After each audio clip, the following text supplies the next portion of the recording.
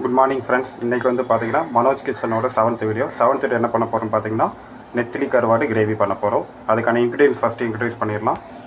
பார்த்திங்கன்னா சின்ன வெங்காயம் 1/4 கிலோ, பூண்டு வந்து ஒரு 20 பல், கருவேப்பிலை, தக்காளி 3, சொரக்காய் ஒரு 400 கிராம், புளி ஒரு 50 கிராம் ஊற வச்சுருக்கோம், உப்பு, நெத்திலி கருவாடு வந்து ஒரு 100 கிராம், கடுகு தாளிக்க, மஞ்சப்பொடி, ஆயில். நெக்ஸ்ட்டு வந்து பார்த்திங்கன்னா இதில் இந்த கருவாட்டு குழம்பு மெயினானது பார்த்திங்கன்னா மசாலா தான். நம்ம செய்யக்கூடிய மசாலா தான். மசாலா கரைக்கணும்னு பார்த்திங்கன்னா அரை முடி தேங்காய் கட் பண்ணி வச்சுருக்கோம், மிளகா ஒரு 30 காஞ்ச மிளகா, மல்லி ஒரு 50 கிராம், மிளகு ஒரு 2 ஸ்பூன், ஜீரகம் பார்த்திங்கன்னா 1 ஸ்பூன், சோம்பு வந்துட்டு ஒரு 1/4 ஸ்பூன் ஆட் பண்ணியிருக்கோம்.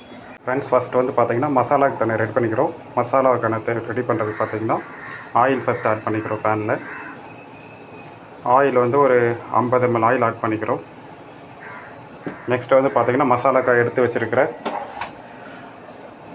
மிளகு, ஜீரகம், சோம்பு, மல்லி, காஞ்ச மிளகா, தேங்காய் இதெல்லாம் போட்டு டீப் ஃப்ரை பண்ண போகிறோம். ஃப்ரெண்ட்ஸ், மசாலாக்கு தேவையான இதெல்லாம் வந்து ஆட் பண்ணிட்டோம். பேனில் வந்து நல்லா டீப் ஃப்ரை ஆச்சு. நெக்ஸ்ட்டு இதை வந்து பார்த்திங்கன்னா நல்லா ஆற வச்சுட்டு மிக்ஸி ஜாரில் போட்டு நல்லா மையாக அரைக்கணும். சின்ன வெங்காயம், பூண்டு ஆட் பண்ணிட்டோம். இதை வந்து பார்த்திங்கன்னா ஒரு 5 to 10 மினிட்ஸ் வந்து நல்லா டீப் ஃப்ரை பண்ணணும். நல்லா டீப் ஃப்ரை ஆனால் தான் வந்து பார்த்திங்கன்னா கிரேவி வந்து நல்லா சூட் ஆகும். ஃப்ரெண்ட்ஸ், இப்போ வந்து பார்த்திங்கன்னா ஆட் பண்ண பூண்டு, சின்ன வெங்காயம் வந்து நல்லா டீப் ஃப்ரை வச்சு நெக்ஸ்ட்டு வந்து காய் பார்த்திங்கன்னா சொரக்காய் 400 கிராம் கட் பண்ணி வச்சுருக்கோம். சொரக்காய் ஆட் பண்ண போகிறோம்.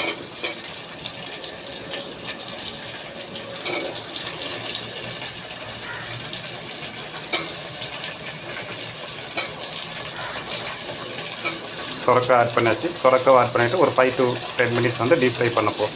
இப்போ சொரக்காய் நல்லா டீப் ஃப்ரை ஆகிடுச்சு. நெக்ஸ்ட்டு வந்து பார்த்திங்கன்னா 3 தக்காளி கட் பண்ணி வச்சுட்டு தக்காளி ஆட் பண்ணிக்கிறோம். தக்காளி ஆட் பண்ணிவிட்டு பண்ணிட்டோம். இதே ஒரு 5 மினிட்ஸ் வந்து நல்லா டீப் ஃப்ரை பண்ணோம்னா பார்த்திங்கன்னா தக்காளி ஆட் பண்ணிட்டோம். தக்காளி ஆட் பண்ணதுக்கப்புறம் பார்த்திங்கன்னா நல்லா ஜூஸியாக வந்து தக்காளி இந்த காய்கறி ஆனியனோ பூண்டோடு வந்து நல்லா ஃப்ரை ஆகும். அப்புறம் ஜூஸியாக தக்காளி நல்லா டீப் ஃப்ரை ஆகிடுச்சு. நெக்ஸ்ட் வந்து பார்த்திங்கன்னா 1 டேபிள் ஸ்பூன் வந்து மஞ்சப்பொடி ஆட் பண்ணுறோம். பார்த்திங்கன்னா நம்ம மசாலாவுக்கு அரைச்சி வச்சுருந்த பொருள்லாம் வந்து நல்லா நைஸாக மிக்ஸி ஜாரில் போட்டு அரைச்சி வச்சு மசாலாவுக்கு வந்து ஆட் பண்ணுறோம். நெக்ஸ்ட் ஆட் பண்ணாச்சு. அதுக்கப்புறம் மசாலா கொஞ்சம் இருக்கிற பார்த்திங்கன்னா வாட்டர் வந்து மசாலாவில் ஆட் பண்ணிக்கிறோம். அடுத்து வந்து பார்த்திங்கன்னா என்ன ஆட் பண்ணோம்னா 50 கிராம் புளி ஊற வச்சுருந்தோன்னா அது புளி கரைசல் வந்து ஆட் பண்ணுறோம்.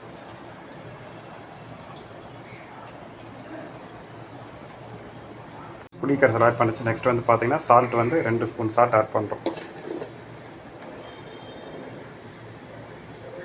2 ஸ்பூன் சால்ட் ஆட் பண்ணியாச்சு. நெக்ஸ்ட் வந்து பார்த்திங்கன்னா நல்லா மிக்ஸ் பண்ணி விட்டுட்டு கிரேவி வந்து பார்த்திங்கன்னா நல்லா ஒரு 10 to 15 மினிட்ஸ் நல்லா கொதிக்க விடணும்.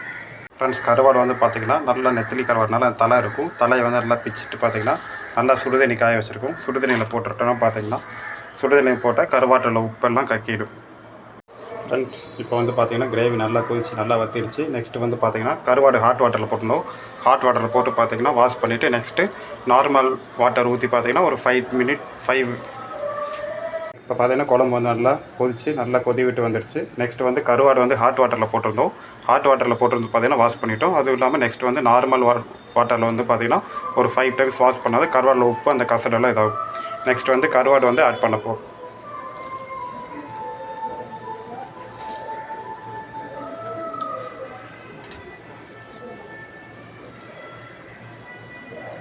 ஃப்ரெண்ட்ஸ், இப்போ வந்து கருவாடு ஆட் பண்ணிட்டோம்.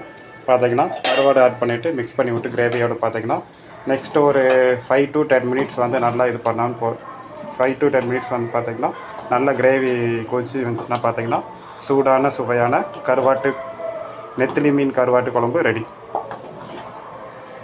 வந்து 7th வீடியோவில் என்ன ஸ்பெஷல் பண்ணியிருக்கோம் பார்த்திங்கன்னா சூடான சுவையான நெத்திலி கருவாடு கிரேவி பண்ணியிருக்கோம்.